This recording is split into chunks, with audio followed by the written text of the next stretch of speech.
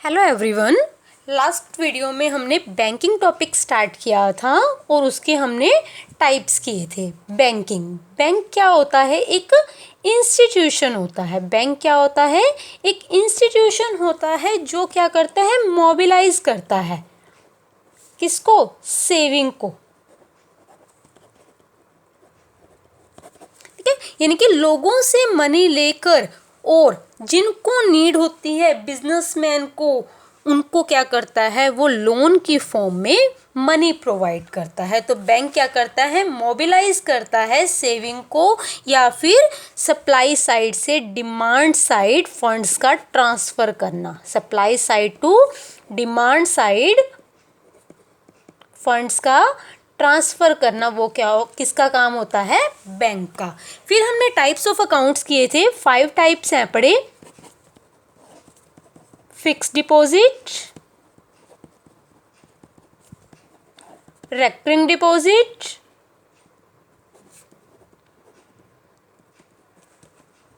Saving deposit,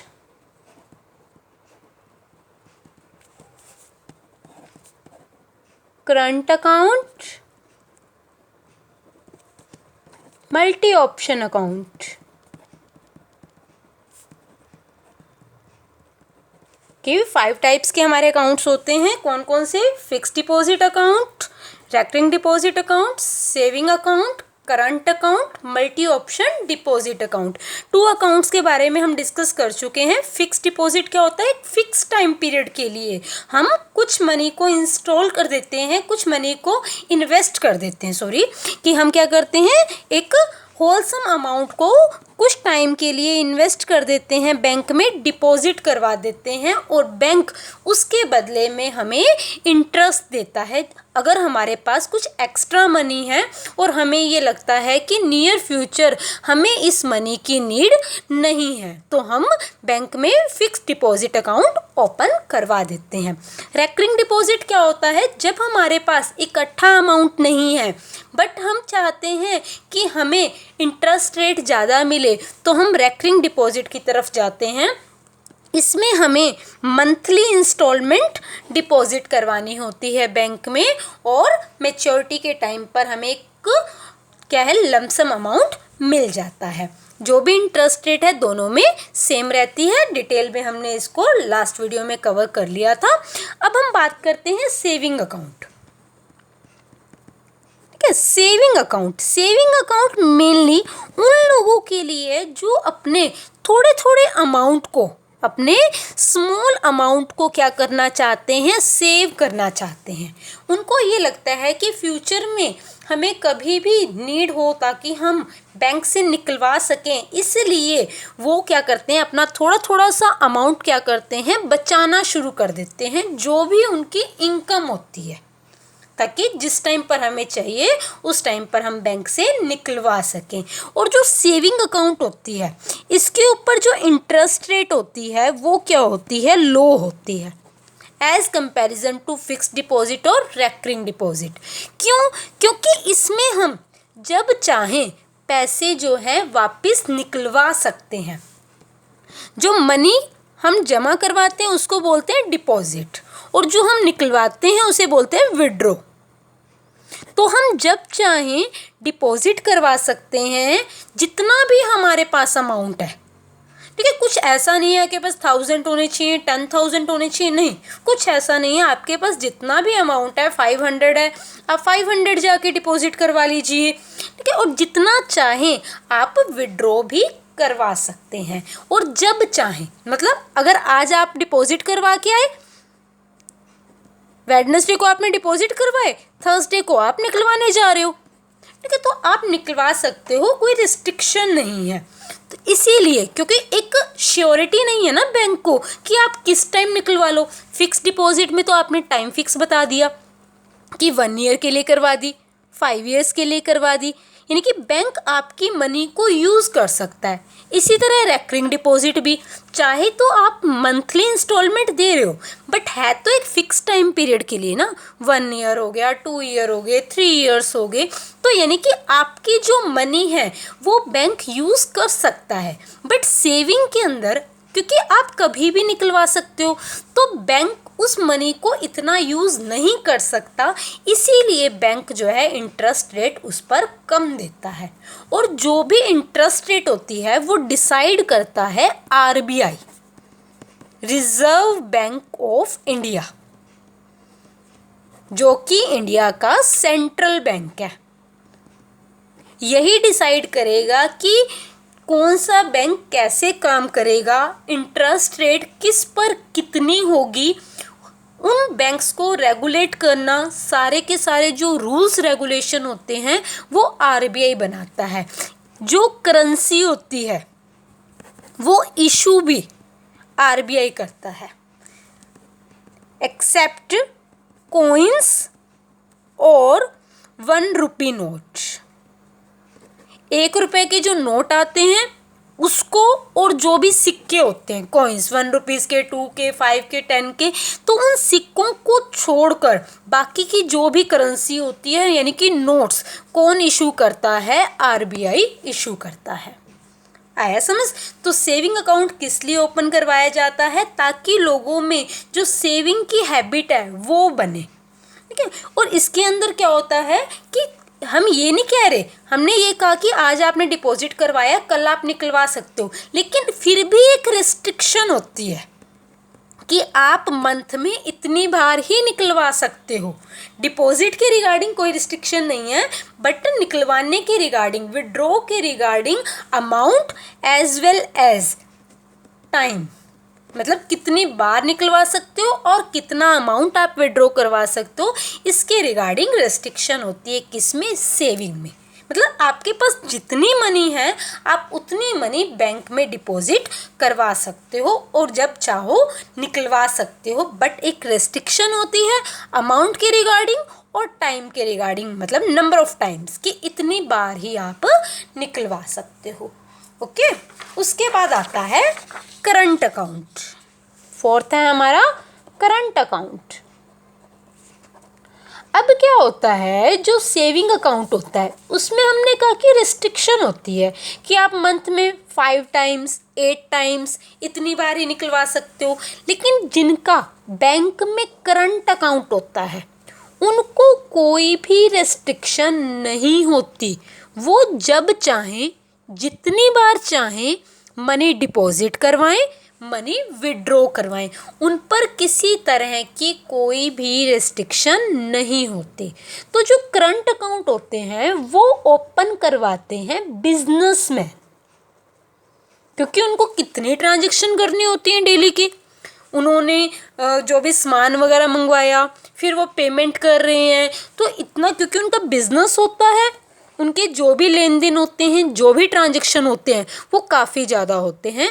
तो जो businessman होते हैं वो कौन सा अकाउंट ओपन करवाते हैं? Current account. कौन सा अकाउंट? Current account. अब सेविंग पे तो क्या होता है, बैंक आपको इंटरेस्ट देगा।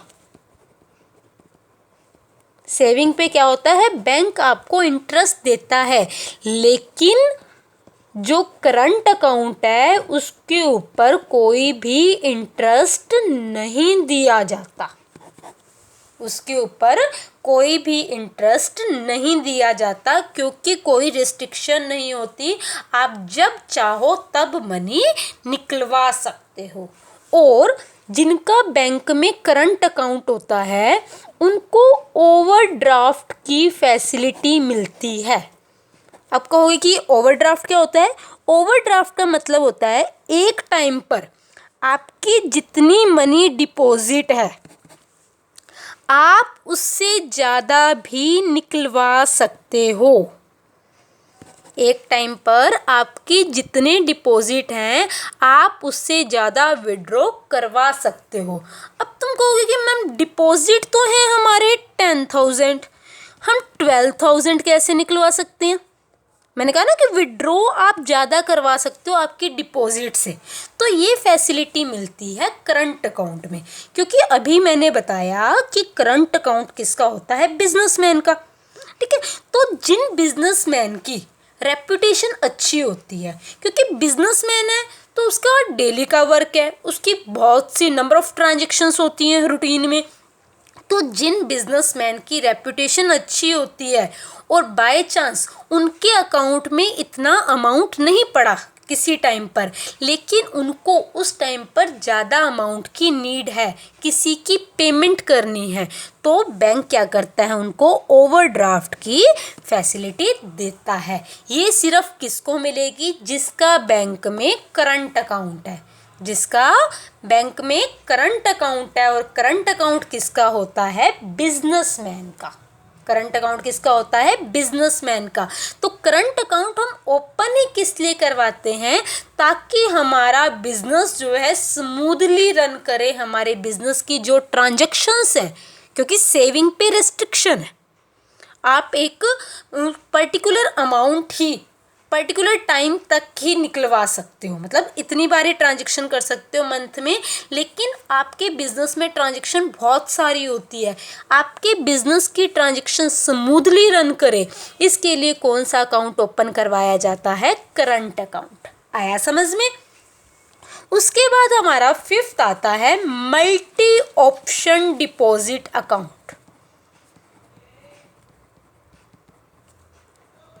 Multi option deposit account. Multi option deposit account क्या होता है, मल्टी ऑप्शन, जब हम टू अकाउंट्स को कंबाइन कर लेते हैं, जब हम टू अकाउंट्स को कंबाइन कर लेते हैं, जैसे हमने सेविंग अकाउंट हो गया या फिर करंट अकाउंट हो गया, इसको हमने कंबाइन कर लिया फिक्स्ड डिपॉजिट अकाउंट के साथ, तो ये बन जाएगा मल्टी ऑप्शन डिपॉजिट अकाउंट। अब कहोगे कि मैम नीड क्या है कि सेविंग अकाउंट और फिक्स्ड डिपॉजिट को हम इकट्ठा कर रहे हैं, ताकि एक टाइम पर इन केस एक अकाउंट में मनी नहीं है तो दूसरे अकाउंट में आपकी मनी कंपनसेट हो जाए। क्योंकि ये देखो, मान लो करंट अकाउंट और एफडी को हमने कंबाइन कर लिया। अब क्योंकि बिजनेसमैन है, चेक वगैरह भी इशू किए जाते हैं, किसी को पेमेंट करनी है, आपने चेक इशू कर दिया 50,000 का, आपके अकाउंट में पड़े हैं 30,000। अब आप अगर 50,000 का चेक इशू कर रहे हो, अकाउंट में है 30,000, तो आपका चेक बाउंस होने के चांसेस हैं, मतलब आपकी रेपुटेशन डाउन हो जाएगी अगर चेक बाउंस हो जाता है। तो उस केस में क्या होगा, आपकी एफडी में जो अमाउंट पड़ा है, मान लो आपने 1 लाख की एफडी करवा रखी है, आपकी एफडी में जो अमाउंट पड़ा है वहाँ से, यानी कि 50,000 का आपने चेक इशू किया, आपके अकाउंट में है 30,000, तो 20,000 जो है वो यहाँ पर क्या कर दिए जाएंगे, ट्रांसफ़र कर दिए जाएंगे, और आपका जो चेक है वो क्या हो जाएगा, पास हो जाएगा। मतलब जिसको आपने 50,000 की पेमेंट करनी है उसको 50,000 रुपीज़ मिल जाएंगे। अब जब आप करंट अकाउंट में, क्योंकि आप डिपॉजिट भी करवा रहे हो, सिर्फ निकलवा तो नहीं रहे ना, करंट अकाउंट में भी डिपॉजिट होते हैं। अब जब आप करंट अकाउंट में डिपॉजिट करवाओगे तो वो वाली जो मनी होगी ऑटोमेटिकली वापस एफडी के अंदर ट्रांसफ़र हो जाएगी, क्योंकि ये देखो आपने 20,000 निकलवाए, मतलब ऑटोमेटिकली ट्रांसफ़र हो गए, क्योंकि एक टाइम पे आपके करंट अकाउंट में बैलेंस कम था, तो ये वापस क्या चला जाएगा, फिक्स डिपॉजिट में चला जाएगा। मतलब एक सिचुएशन पर, एक टाइम पर आपको कोई प्रॉब्लम फेस ना करनी पड़े, इसीलिए लोग क्या करते हैं, multi option deposit account open करवा लेते हैं, ताकि इन केस अगर एक टाइम पर एक अकाउंट में मनी कम है तो दूसरे अकाउंट से उसको कंपनसेट किया जा सके। आया समझ। क्या किया हमने, बैंकिंग के बारे में हमने स्टार्ट कर रखा है। बैंक क्या होता है, एक इंस्टीट्यूट होता है, एक इंस्टीट्यूशन होता है जो हमारी मनी को मोबिलाइज करता है, जो भी हाउस होल्ड सेवर होते हैं उनकी मनी को वहाँ तक पहुँचाता है जहाँ उसकी नीड होती है। 5 टाइप के अकाउंट्स होते हैं। फिक्स डिपॉजिट, एक इकट्ठा अमाउंट हम फिक्स टाइम पीरियड के लिए डिपॉजिट करवा देते हैं और ऑन मैच्योरिटी डेट एक होलसम अमाउंट हमें मिल जाता है with higher rate of interest, जो कि 7 to 8% चलती है। इसी तरह रेकरिंग डिपॉजिट होता है, इंटरेस्ट रेट उसमें भी सेम होती है, बट इसमें जो अमाउंट डिपॉजिट करवाया जाता है वो मंथली बेसिस पे करवाया जाता है। जैसे जो सैलरीड एम्प्लॉयज़ होते हैं जिनके पास इकट्ठा अमाउंट नहीं होता, वो ये सोचते हैं कि हम मंथली तो कुछ अमाउंट बचा सकते हैं, और वो ये देखो मंथली तो कुछ बचा सकते हैं, उसके लिए वो सेविंग भी तो करवा सकते हैं, लेकिन सेविंग में जो इंटरेस्ट रेट होती है वो 3 to 4% चलती है। मतलब देखो कितना गैप आ गया इंटरेस्ट रेट में, फिक्स डिपॉजिट पे ज़्यादा है। इसी तरह रेकरिंग डिपॉजिट पर भी 7 to 8% चलता है, क्योंकि वहाँ भी एक फिक्स टाइम पीरियड के लिए आप रेकरिंग डिपॉजिट करवाते हो, बट जो आपको लास्ट में अमाउंट मिलेगा वो फिक्स डिपॉजिट के कंपैरिजन में कम मिलता है। क्यों? क्योंकि फिक्स डिपॉजिट में आप स्टार्टिंग में ही वो इकट्ठा अमाउंट डिपॉजिट करवा देते हो, बट रेकरिंग डिपॉजिट में आप इंस्टॉलमेंट में देते हो। फिर हमने किया सेविंग अकाउंट। सेविंग अकाउंट किस लिए होता है? लोगों को इंक्रीज करने के लिए कि अपने अमाउंट को, अपने एक्सपेंडिचर को कम करके थोड़ी सी सेविंग की हैबिट डालो।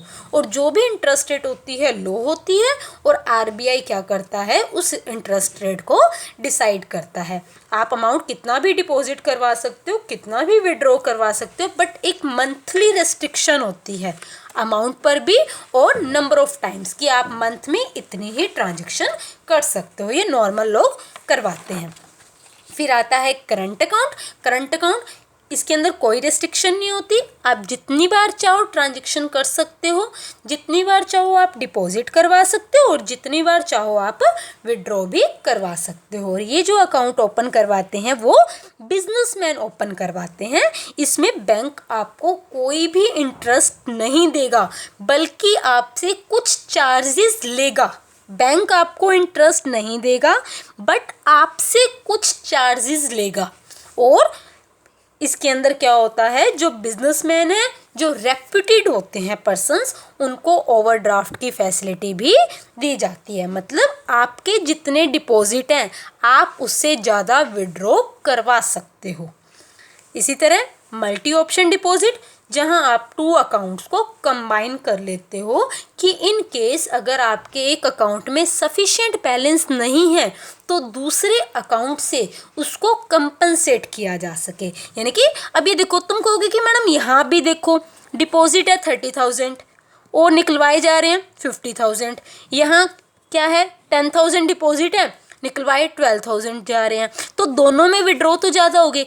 लेकिन यहाँ पे क्या है, आपको बैंक को रिटर्न करने होंगे, ठीक है, लेकिन यहाँ पर पैसे आपके ही हैं। यहाँ तो बैंक अपने पैसे दे रहा है, बट इस केस में पैसे आपके ही हैं, वो मनी दूसरे अकाउंट से शिफ्ट की जा रही है, दूसरे अकाउंट से ट्रांसफ़र की जा रही है। और जब आप वापस करंट अकाउंट में डिपॉजिट करवाओगे तो वो मनी ऑटोमेटिकली आपके एफडी के अंदर चली जाएगी, उसमें ट्रांसफ़र हो जाएगी। आया समझ? तो ये थे types of bank account. I hope अच्छे से समझ में आ गया होगा। Thank you, have a nice day.